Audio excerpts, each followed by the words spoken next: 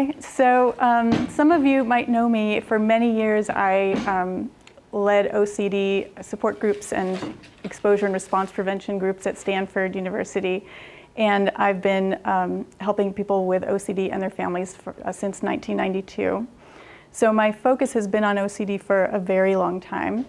But a few years ago, actually several years ago, something happened to make me broaden my focus to include relationships in my work. Because a couple of things made me realize how crucial and what a huge help a good, solid relationship is when you're battling something like OCD or anxiety or depression. The first thing that happened is I had a baby. My husband and I had a baby. And little did we know it, but we were headed into what researchers call the most destructive 2 years of relationships. So when our relationship was working, it was great. It was everything it was supposed to be. But when our relationship went offline, which was more often than I expected, more often than I knew would happen, everything kind of tanked. Our stress level was super high, our anxiety was super high, our sleep wasn't happening. It was kind of surprising how important it was that the relationship be working.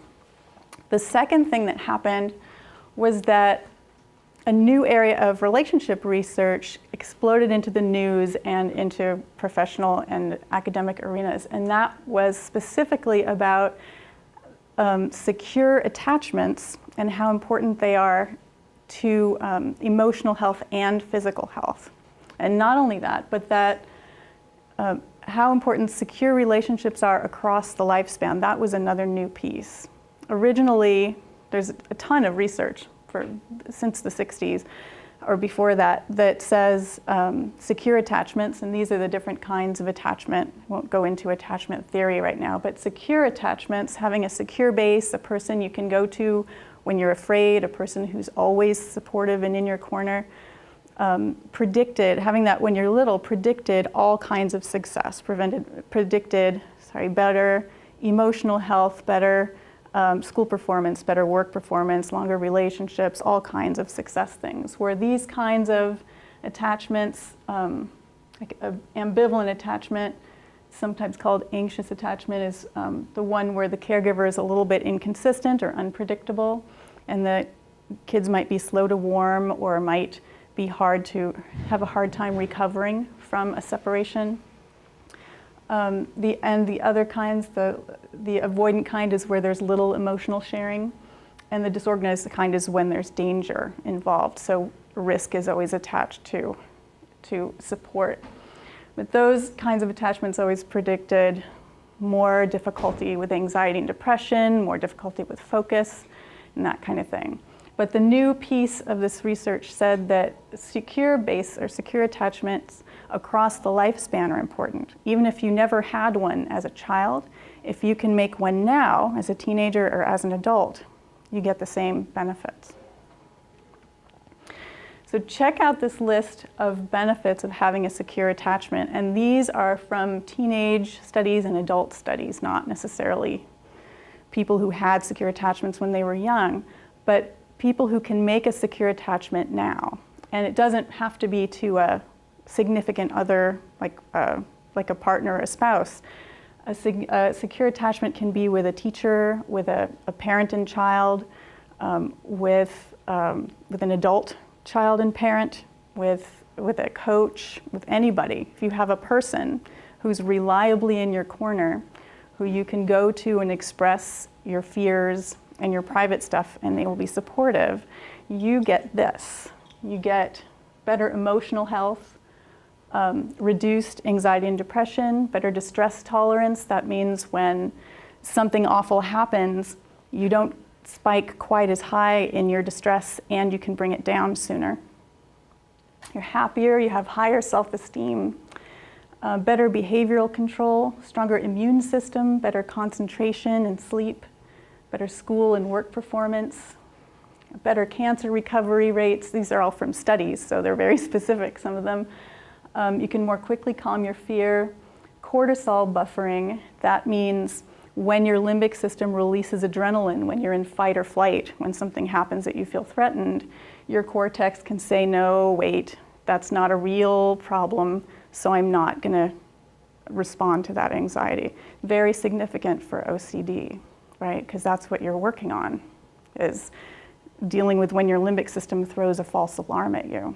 You want your cortisol buffering to work and say, no, no, that's not a real emergency. So relationships directly help you get stronger at that.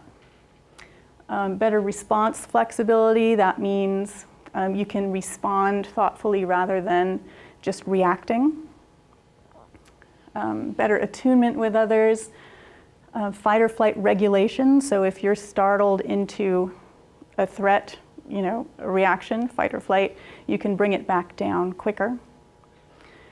More able to delay gratification. This is actually a huge one because in lots of research studies, delayed gratification, ability to delay gratification predicts success on a lot of different measures. Better pain tolerance and better wound healing. Pain tolerance, there was a really interesting study done pretty recently where they put couples, they put the wife, for some reason, in an MRI scanner, and they showed her a bunch of X's, and every time they showed her an X, 20 seconds later, she would get shocked on her toe. And in one of the groups, she was holding the hand of a spouse and they weren't getting along so well. And in the other group, she was holding the hand of a spouse and they were getting along. They had just had some couples therapy and they were really solid. And the ones who were holding the hand of a spouse where they felt really connected positively didn't react nearly as much to seeing the X. So the other ones, they'd see the X and then they'd tense up. They'd get anticipatory anxiety, oh no, I'm gonna get shocked, and then they'd react to the shock. But the ones holding the hands of the spouse that were getting along with them well, they didn't really have much anticipatory anxiety. It was more like they were saying, oh well, I'm gonna get shocked, but it doesn't matter. That's a pretty powerful effect. I'm gonna show you a short video of Dr. Dan Siegel. He's from UCLA. You might have heard of him. He's become really popular for his work in interpersonal neurobiology, which is a phrase that he might have actually coined. But there's a lot of research now. He does a lot of writing on it, and other people do too, about the brain and body changes that happen when you attune to another person emotionally. This is a short clip, and he's gonna already start in talking about what he refers to as upstairs brain and downstairs brain, and he uses his hand as a kind of brain model. But the downstairs brain, which is, he's gonna point to his thumb, is what he's referring to as the limbic system, which is where your amygdala is, which is where fight or flight and fear responses come from. Or fears come from, and the cortex, which he's going to use his other fingers for, that actually does go over the limbic system like this, he calls the upstairs brain, and that's the part of your brain that regulates this, that decides whether to continue thinking about this fear or to throw it out. So take a look at what he says.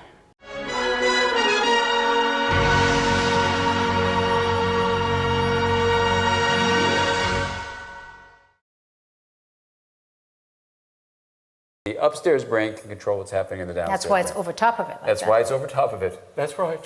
Yes, that's the reason it's there. It's actually the reason we can all sit in an auditorium like this for 2.5 hours rather than looking for berries or something. So we have this cortex, right? So now what happens is, if this thing is firing enough, this downstairs brain is firing enough, here's what happens. It fires, it fires, it fires, it fires. And pretty soon, it's going to make it so the ability of my upstairs brain to maintain the coordination and balance of the downstairs brain gets a little on the edge. And think of the experience of someone hanging off a cliff, right? You're hanging on, you're still hanging on, you're still hanging on, you're still hanging on, and you can feel yourself shaking. But what happens when you let go? Yeah, eventually you're... When you let go, you are going.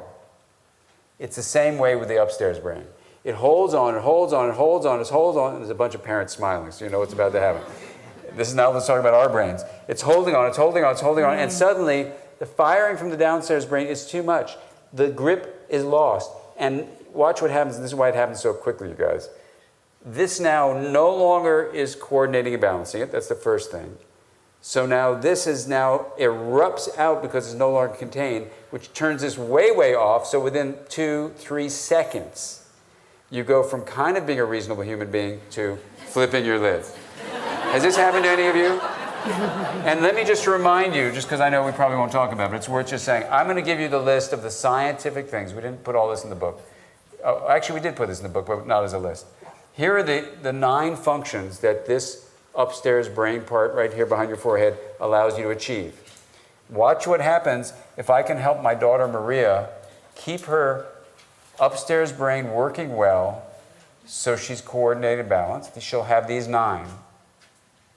But if her downstairs brain is so agitated and I can't help her name it to tame it and I can't connect and then redirect, if I can't do that stuff, she may get really agitated and she may start throwing things and have a big temper tantrum and do all sorts of stuff and like, oh my God, I have a kid with, the dysregulation disorder or something like that. You know?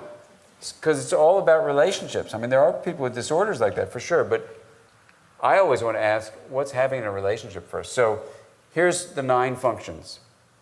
Number 1, if she can maintain that, and if I as a parent can maintain it, I can regulate my body. I literally have 2 branches of the nervous system that are the brakes and the accelerator of the autonomic nervous system, the parasympathetic and sympathetic branches. Anyway, basically it makes my heart rev up, and my lungs breathe faster, and my intestines churn, or it calms all that stuff down. And how you balance the brakes and accelerators is basically how you regulate your body.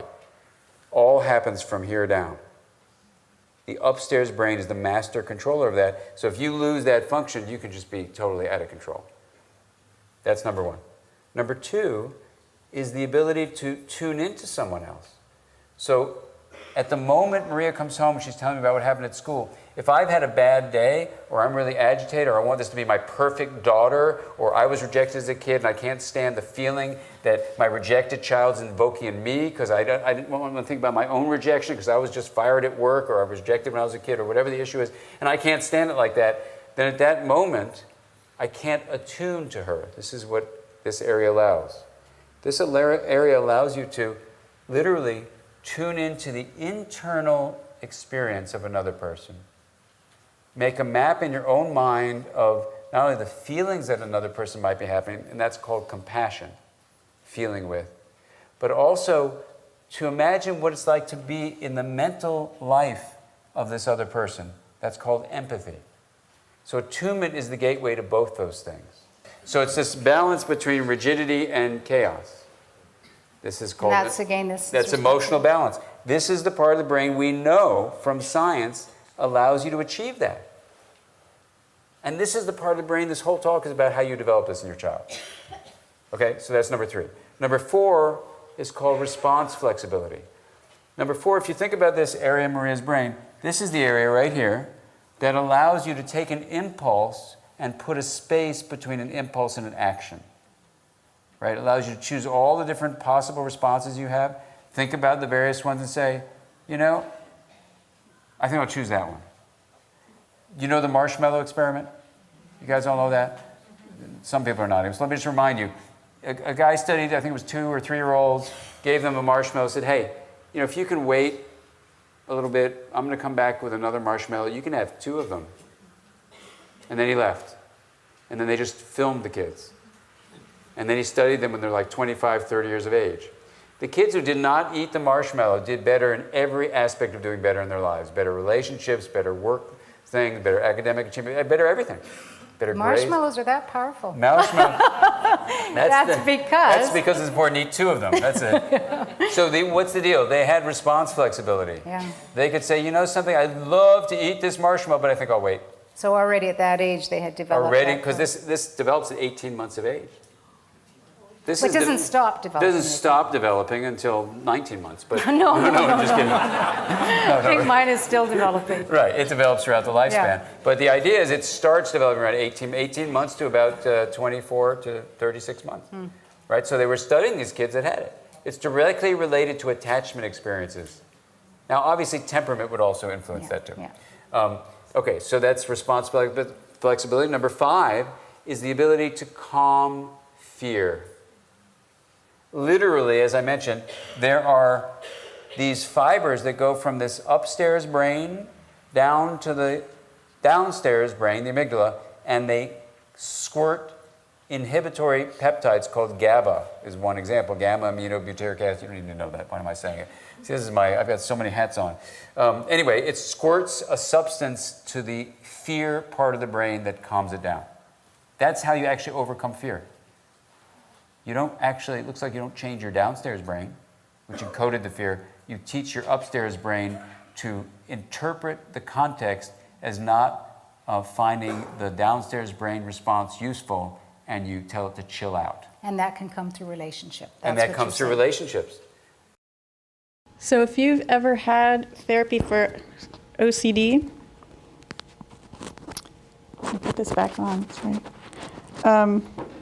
That last part should sound very familiar to you, right? Calming yourself by interpreting whether this fear is real or not.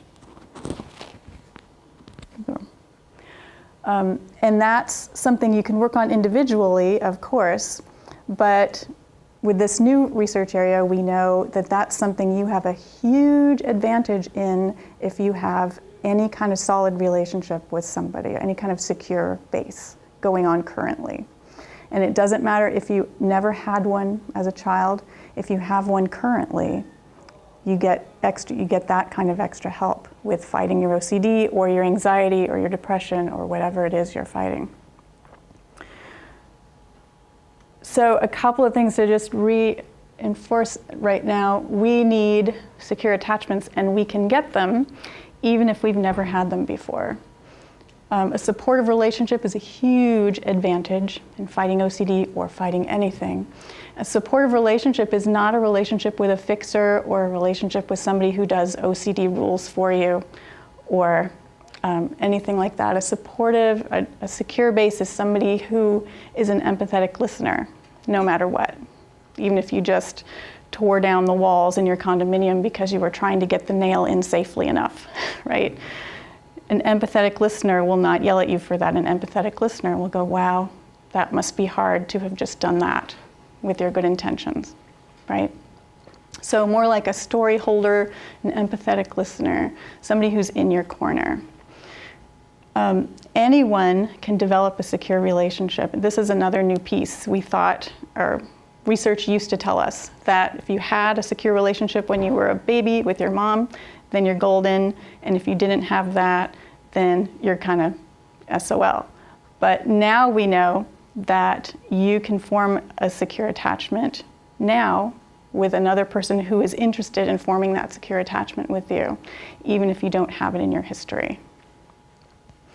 And this can be, again, it doesn't have to be with a spouse or a romantic partner. It can be with a teacher, a coach, a friend, anybody who wants to do that. In my exploration of how to repair what was going on in my relationship when I was going through that hard time, I came across this book by Sue Johnson called Hold Me Tight. And inside there, she has these ARE questions, accessible, responsive, and engaged, which is kind of a shortcut to see if you have a secure attachment going on or not. And these are kind of an abbreviated portion of her questions. I recommend that book, by the way, Hold Me Tight by Sue Johnson. So I was reading through these questions, and I was saying at that time, back then, when I was having that difficulty in my relationship, is my partner accessible to me? Can I get his attention easily? No. Can I, is he easy to connect with emotionally? Will he listen to my deepest feelings? I mean, think about these for yourself. Who is your safe person that you go to? If you have a family member with OCD, who is their safe person, that they go to? Is my partner responsive? If I need comfort, will he be there? And I used to say back then, no, he's always at work. He's not there. Does he respond to my distress signals? No, he doesn't know that when I yell at him, it means that I need him to come be sensitive to me, right? Even when we fight, Do I know I'm important to him? So I was looking through this list and just kind of thinking, no, this relationship is offline.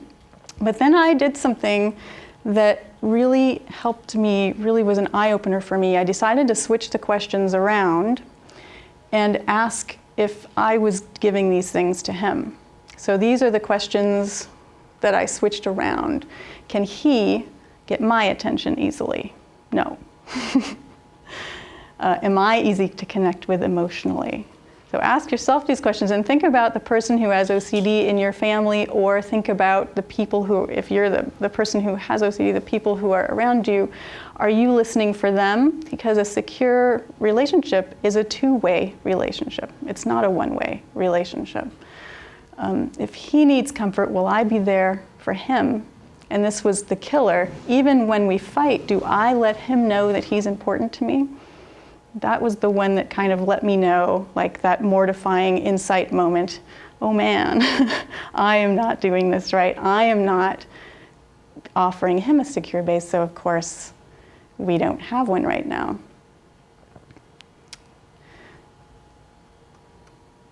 So the eye-openers for me so far in my research were, first of all, adrenaline blocks empathy.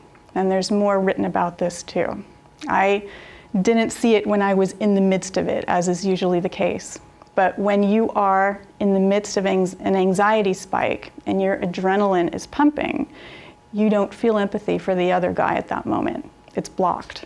You can't feel empathy for the other guy at that moment. It's blocked. What you see is what you need and who's there and who's not there for you, right? So when your anxiety is up, it's just a good piece of information to know this. You're not going to have empathy for the other guy. You're going to maybe blame or maybe villainize, but you're not going to see the other person's perspective empathically.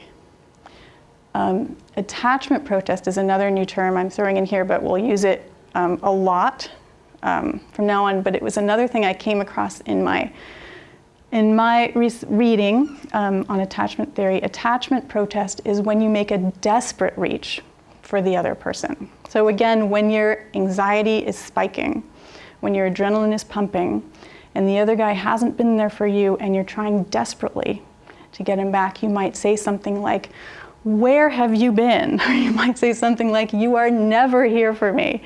That is what researchers call an attachment protest, which really means, I need you so desperately, please come back to me right now. But usually it doesn't work because it usually comes out as more of an attack. It's too desperate, too forceful. You get out what you put in is one of my most stated lines. If somebody wrote like down the sentences I say the most, you get out what you put in is probably way up there near the top. And that was another thing that came back to me in this. If I don't provide an open listening, a welcoming listening ear to my partner, then he's not going to provide one to me, right? And all relationships rupture and repair. Get to the next, I'll talk about that more now. This is, well, I'll finish that. All relationships rupture and repair, that's another piece of the research that was really reassuring to me, is that even the best relationships have a rupture and repair cycle. The good relationships and the bad relationships. What distinguishes a good, long-lasting, secure relationship from a not secure relationship is that the good ones repair quickly and completely after a rupture. But there's no difference. The degree of rupture, the seriousness of the rupture, the frequency of the ruptures make no predictive difference about how successful or how secure that relationship is. So that's kind of encouraging. This is a cycle map that's used by emotion-focused therapists to map out a fight between a couple. You can use this between any two people. You can use this between a parent and a child, or two adult friends, or anybody. But this is how, it's a sneak peek into what therapists do, what they're drawing on their pad when they're listening to you. And here's how this part of it works. For each person, there's behaviors, interpretations, and feelings. So it looks a lot like CBT, right? Looks a lot like a CBT cycle map, except it's for 2 people at a time. And these circles over here are meant to represent what each person brings with them from their personal history. So their own associations, their relationship history, the roles they tend to fall into, the trigger points that were laid there a long time ago. So they're bringing these in, and this affects their feelings, this affects their interpretations of what they're hearing, right? And it might affect their behaviors. And so how this works is we start it with a behavior, because usually if a couple comes in, they're saying he did this or she did that. So you start it with a behavior, and the other person interprets that behavior. What does that mean? What does that mean she thinks of me? What does that mean I'm supposed to do? And they have feelings about that. It says secondary because this part of the map is the feelings that you're conscious of. And then you might do something, and then what you do affects this person. They'll have an interpretation. I'll give an example here, and maybe you guys can participate. Let me know what you think, since you've been in these kind of conversations before. We all have, right? So let's say a white person is the person with OCD, and the black head is the person supporting them, right? What happens when a person with OCD withdraws in anxiety? That's a behavior. Withdrawal it's the absence of behavior, but it's a behavior. How does a support person interpret that? Or how might a support person interpret that? Any suggestions? Fear, maybe? Fear? Fear. Like worrying about what's happening with that person. Here they go down the rabbit hole again. Is this going to be another bad episode? When are they coming back? Right? Maybe part of the interpretation is what I'm called to do. If I'm the support person, now I'm called to drop everything I'm doing and help them. Or maybe the interpretation is we've been through this how many times, and now here we go again. So what's in the feelings? What might be in the feelings? Any suggestions? Dread. That's, yeah, totally. Dread. Oh my God, is this going to be, how bad is this going to be? Am I going to be able to get this person back? Right? Maybe helplessness. Maybe anger, having to do this again. Maybe anger because of the helplessness and not knowing exactly what to do here. And then what do you do?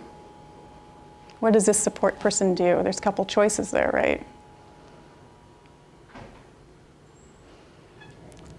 Any suggestions? I mean, maybe they'll help. Maybe they'll seek them out, follow them, ask them what's wrong.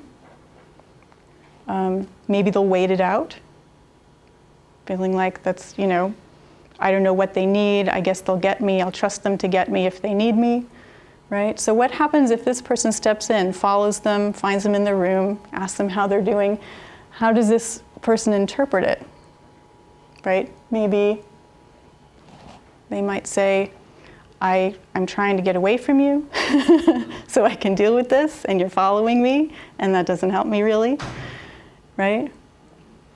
Or maybe this person is waiting, right? And this person interprets it as, I'm alone. That's it. When I have my OCD, they don't want to be with me because I'm flawed.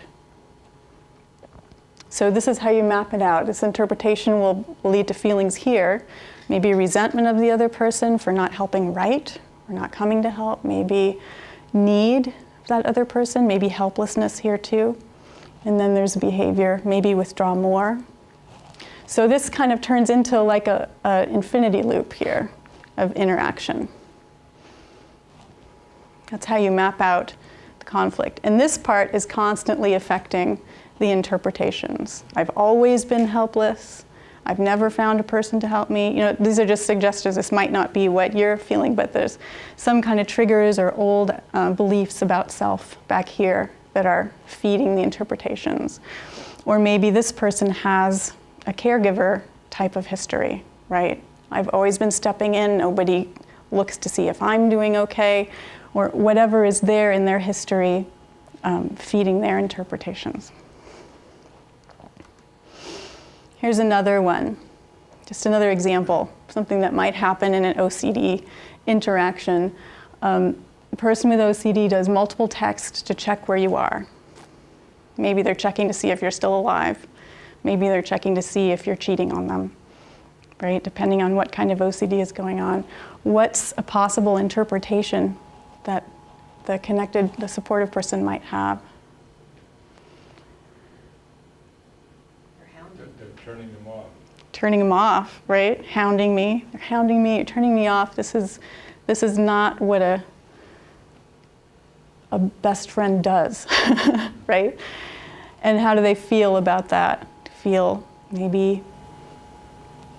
Well, it depends how long they've been together. Right. Because if they've been together a long time, then the other one knows that this only lasts for so long. Okay. Okay, so if they've been together for a long time, then maybe the support person is going to feel like this is another thing I just have to wait out. This is going to go on for about a week, and then it'll be over, right? If they've been through this. Not that long. Hopefully not that long. In some cases, But that I long. think the other person, the one with the OCD, has to take some initiative to do something, to say, I just need a break right now, or let's just relax for a while, and then get back to it, you know. Right. So you're alluding to something different has to happen. This is the map of a conflict right now, right? So I'm showing you how a conflict gets mapped out, and you're right, something else has to happen in order to shift this interaction. And this one's gonna be like this multiple texting. Maybe the true meaning here is I just want this person to be with me so much that I just need to make sure because they're so important, but that's not what they're saying, right? What they're saying is more like an attachment protest, the kind of aggressive reach. Where are you? You haven't called me in 3 hours. Who are you with? Right? I think the OCD person is really frustrated. Because let's say he's come to this getting together, that person really wants to get together, but then all of a sudden something comes up that blocks it with his OCD. So he or she is frustrated, and depending on Right. how the other one. Right. Well, there's another thing that goes on here often with somebody who has OCD is that, and this was suggested in a research paper a long time ago, and I've kind of grabbed onto it as I think it's like a major, like underlying thing in OCD, that you're using explicit knowledge instead of implicit knowledge. So say this is a couple, it's been together a long time. If you're using explicit knowledge, that's the kind of thing that you need proof of, that you need to see concrete evidence of, right? Implicit knowledge is the kind of knowledge that you just know, right? And with OCD, often they don't rely on their implicit knowledge of themselves very much. How do I know he loves me? Do I just know? No. I know he loves me because he comes home every night, because he tells me every night, because he calls me 6 times a day, right? And if he doesn't call me, if he calls me only 5 times a day, I don't know what that means, right? That's using explicit knowledge instead of implicit knowledge, and that means you're seeking proof of everything, and especially on the things that you would be better off just kind of knowing, just kind of trusting, right? So yeah, he's continually asking, continually sending texts, and this is going to be something that's it's a separating thing, right? It's hard to be an empathetic support person when you're being attacked, even if it's with an attachment protest that's really a reach for you. But when it's an attack, where are you, where you've been, you haven't called me enough times, I don't trust you, I don't believe your answer, it's hard to be an empathetic partner, right? Here's one. I didn't want to start with the OCD person every time, because OCD doesn't rupture relationships. Anything can rupture a relationship from either side, from either person. But what about, this is ask partners to do OCD rules, but what about the other person refuses to do OCD rules? What is the interpretation maybe for the person who has OCD? What if your support partner refuses to do your OCD rules? They don't care. They don't care. Maybe they don't care about me. Maybe they don't understand how hard this is for me. They can just take out the trash. I can't do it the same way. I have to do all kinds of rituals. It takes me 3 hours of cleaning rituals after I take out the trash. They can just do it. Why don't they just do it for me? They don't care about me. They don't understand me, right? And then how does this person feel? Angry, misunderstood, right? And so what do they do? What does this person do? Maybe demand stronger, maybe say something angry about, why aren't you helping me? You unsympathetic, whatever, right? So this is the map of how the fight goes. And then this person interprets that. I'm trying to help you. The doctor said I shouldn't do this for you, right? So this person is feeling frustrated, helpless, confused about what to do, whether to help with what this person is asking or whether to help with what the doctor says to do. So, and this goes in sort of an infinity loop, building up. This is a sculpture that was just at Burning Man recently. It's gone viral, so you may have seen it already, but it's sort of perfect for this kind of relationship discussion. So the relationship goes offline and you're fighting. You're making attachment protests, which are too aggressive of a reach. It actually pushes the other person away, and your relationship is offline. But there's a part of you that's really, the deeper part is really intending to connect, right? This person is intending to connect and get help and support. And the support person is intending to be the helper, to be the main one to go to, like the go-to helpful, reliable person. But they're not talking. It's this side that's talking. So the trick to reconnecting or shifting what's happening is to somehow get these guys to talk, these inside ones. So this is the second part of the map. I've added, upstairs is the same, and I've added this dotted line. And downstairs here is what's going on with that inner child part that we just saw in the sculpture. So these are the secondary feelings, the one you're more conscious of, the anger, the defensiveness, the fix it now feelings. And the primary feelings are the more vulnerable ones, usually the ones that you might feel for a second before you get angry. Right? The ones that are underlying the anger. And the attachment need is about what that person's really looking for. Like maybe this person really wants to be able to confess, really be able to confess all that's going on and to still feel valuable to the other person, still feel important, even though she's got all of this OCD stuff that she's dealing with, still feel valuable, still feel important. And maybe the other person wants to feel like they can help competently, like they know what to do, like they can show up and do something right that's valuable to the other person, like they're important too. So what if we take this attachment protest, you're never there for me, and we know how to map it out in a fight, right? You're never there for me. The interpretation is, what are you talking about? You just don't see anything I do. I'm doing things for you all the time. The feeling is frustrated. The behavior is yelling back, I totally am there for you, right? The interpretation is, no, you don't understand how to be there for me. You don't understand what I'm going through. The frustrated feelings, feeling disconnected, yelling some more, you aren't there. So how do we bring that down to here so those inner people are talking, the vulnerable people are talking? You bring it down by asking, somehow for them to check in with what's underlying the anger. Sue Johnson in her book uses the phrase, take the elevator down from here to here and ask what's happening. You can ask what's really underlying, what's really underlying that anger, what's really underlying that statement, you're never there, he's never there for you. And this is where the more vulnerable feelings are. I'm scared. I'm scared that this is going to be a really big episode that I can't come back from. I'm scared that he'll leave me. I'm scared that I'm not a valuable partner in a relationship because I have this going on, right? And the attachment need is, I just need to know that I'm important to him. even though this is happening, right? And what if we take it over to there? You're never there for me. What are you talking about? You don't understand. I've been here so many years for you, right? What's going on? How do we bring that down to the vulnerable stuff, right?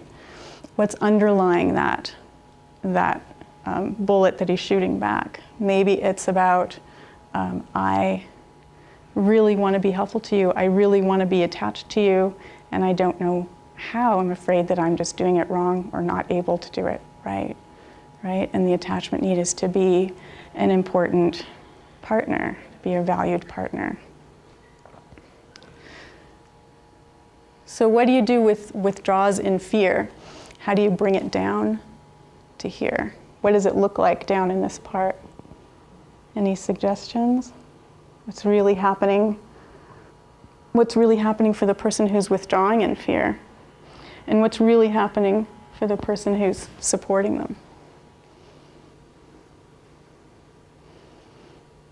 I'm not sure what you mean by withdrawals in fear. Withdrawals in fear, well, by that I'm kind of just referring to maybe a typical or general situation where in a relationship with somebody in OCD where the person with OCD might feel like they need to step away from the relationship while they're obsessing and then handle it themselves, you know, before coming back. One of the ways it could be handled is the OCD person may often inside just wants to go inside himself or herself.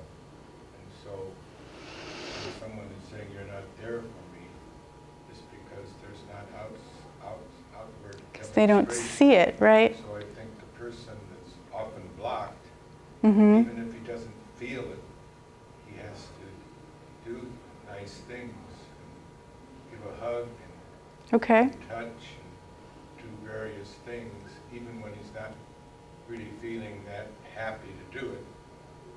And then pretty soon.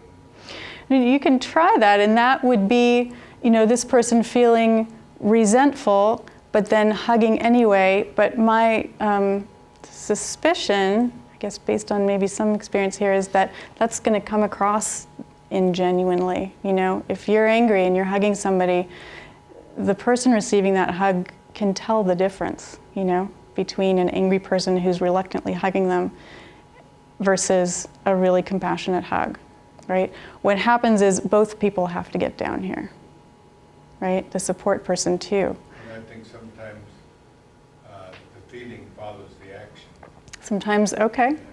So if the feeling follows the action, maybe that hug can shift. Doing the action. Maybe the behavior of hug can shift the support person down into their self-statements, which might be more like, I really want to be your support person. I don't know how right now. I don't seem to be able to do anything right in this situation. And I'm afraid that I'm just going to be useless to you or even more frustrating to you, but I really want to be there, right? That might be what's really underlying, the vulnerable stuff, underlying the frustration, the anger. And this right here, you know, what are the self-statements that a person with OCD makes when they withdraw in fear? You know, maybe it's something like, I have to handle this on my own, but why? Maybe, you know, are they also saying something like, I'm not a good partner. Maybe I can't be in a relationship because this keeps happening to me. Or, you know, what are the self-statements? What is coming from their history or their beliefs about themselves that they're saying when they're withdrawing? And the attachment need is to see themselves and to be seen as valuable. Well, let's say it's the soul, the thumb, and the other thing. So let's say their cognitive part is not there at all at this minute. These are overwhelmed by anxiety. Right. So the message is, I can't focus on you or deal with you at all because I'm completely overwhelmed with anxiety. So what's the primary feeling underneath that other than? Right. Okay, that's a good question. So referring back to Dan Siegel's model, right? What happens if the cortex is completely offline and the limbic system is firing rapidly and there's just terror? This person is in terror, right? It's like a flight. I mean, you sort of want to get away. Right, it's a flight. A fight would be the, like, you're never there for me, you take the garbage out, or you don't love me, right? And a flight would be just withdrawing in fear, right? And either one of those can happen when they're in that terror situation. But what's happening? What is happening down here? You have to kind of get out of this, and fight or flight is up here, right? And so you have to calm down a little bit to get a little more room in your thinking to get a little more wise mind perspective here, right? Wise mind perspective about what's happening to me now. Has this happened before? What happens to my thinking about myself when I'm in this terrible spot with OCD, right? And that's a little bit more of a wise mind perspective on what's happening to you. It's a little bit like stepping back and observing yourself in terror, right?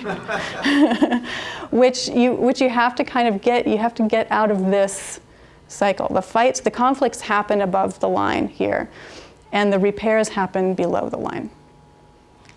So you have to get out of this sort of get locked in here in your fight or flight response, in your tremendous anxiety, and you do have to kind of calm down because, like I mentioned before, adrenaline blocks empathy, right? So if you're in that terror, if your cortex is offline and your limbic system is going crazy, firing, and you're in terror, you're not going to feel empathy for the other guy.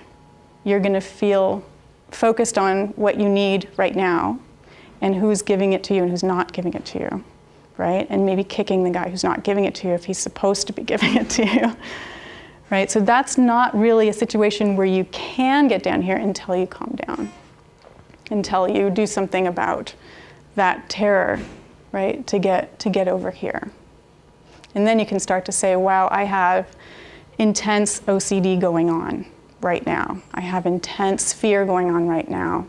And what happens to me? I get really down on myself. I feel helpless. I feel like I need the other guy to do things for me because I can't do them right now. And this starts a cycle of caretaker and helpless person, which always puts a strain on a relationship because the caretaker is a whole person too, right? They don't always want to be a caretaker. So does that answer your question? Like this, when you're in this kind of situation and your limbic system is going crazy and you're really in intense fear, you have to take a break until you can get down here and make more self-observations. Want to do this one? How about refuses to do OCD rules? It's the same as the other one, but how do we bring it down here? What's really happening in the support person when they're refusing to do OCD rules? Showing that they care. They're showing that they care by not doing what the person is asking them to do, right? So it's kind of counterintuitive. You would want to do anything for this anxious person just to calm them down, but that gets into an obsessive compulsive cycle. And if you've been doing your family meetings with your therapist about OCD, then you know sometimes that can be enabling to do OCD rules. And so you want to do something different so that the person with OCD can decide if they want to do an exposure or not at that moment, right? Decide how to deal with that themselves, call out their own wise mind about it.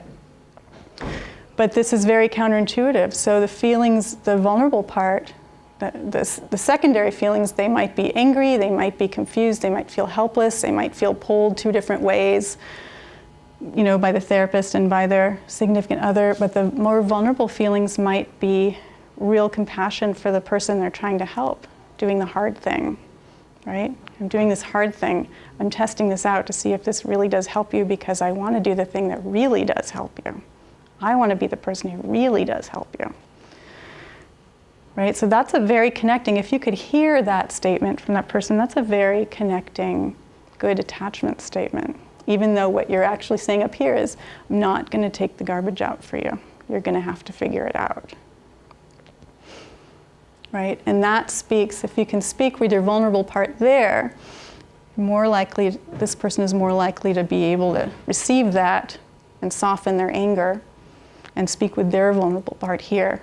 Okay, you're doing what the doctor said, but this is super hard for me, right? But at that moment, You're having a disagreement, but you're holding each other close while you're having that disagreement. That's a secure attachment way to have that conversation. And it's all because you've brought the conversation down to the vulnerable feelings.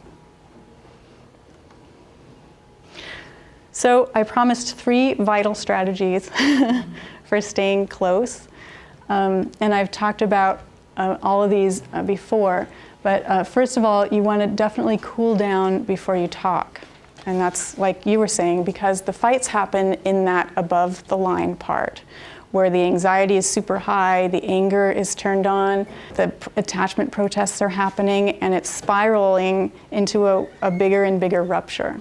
Adrenaline blocks empathy. So when you are spiking in your anxiety, right, like I was during those years, the early years of my daughter's life, when you're spiking in anxiety, when anybody is spiking in anxiety, it blocks empathy. So you cannot think compassionately about your partner. You can't. So knowing that fact helps you, because just knowing that fact is a step away from that intense emotion taking over your thinking. It's a step away into your wise mind observing yourself, right? And that's the first step to lowering your anxiety. I'm having a super bad OCD attack right now. I need to take a break. I need to walk around.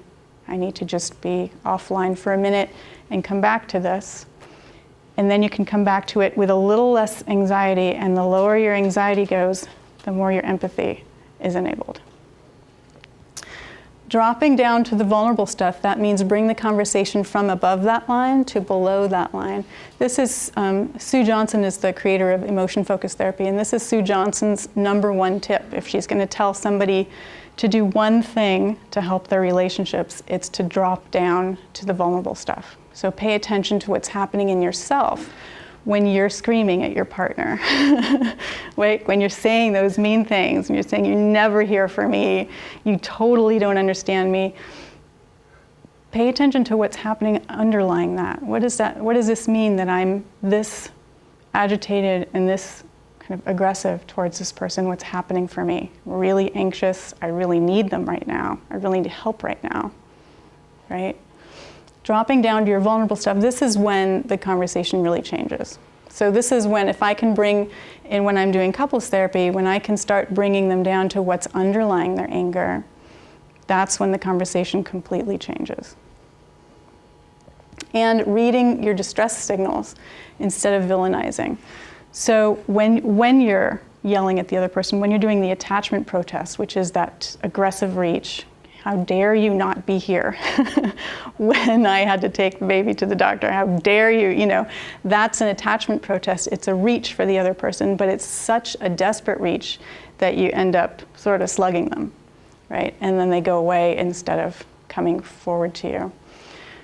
Read your own distress signals so that you know.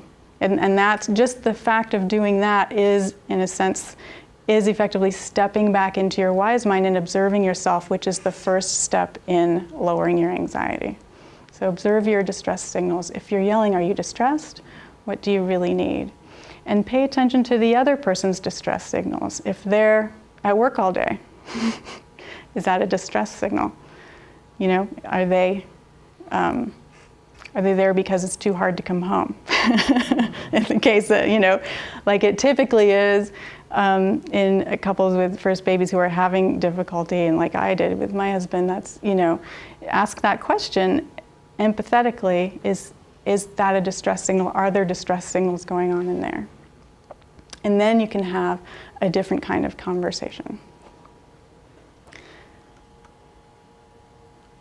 So that's it. And you can reach me at my website is listed up here, my email, and I'm going to have this video posted as well as other shorter videos posted for free access for you, videos of psychotherapy tips for dealing with OCD, anxiety, and relationships. I would love it if you would tell me what topics are of interest to you, so I can put up some free short videos, things that you're looking for. All right. I have a list too if you're willing to write down your email and the topic that you suggest. If you write down your email, then I can send you a notice when new videos are up that you can get. Okay? Okay, thank you, Heidi. Thank you.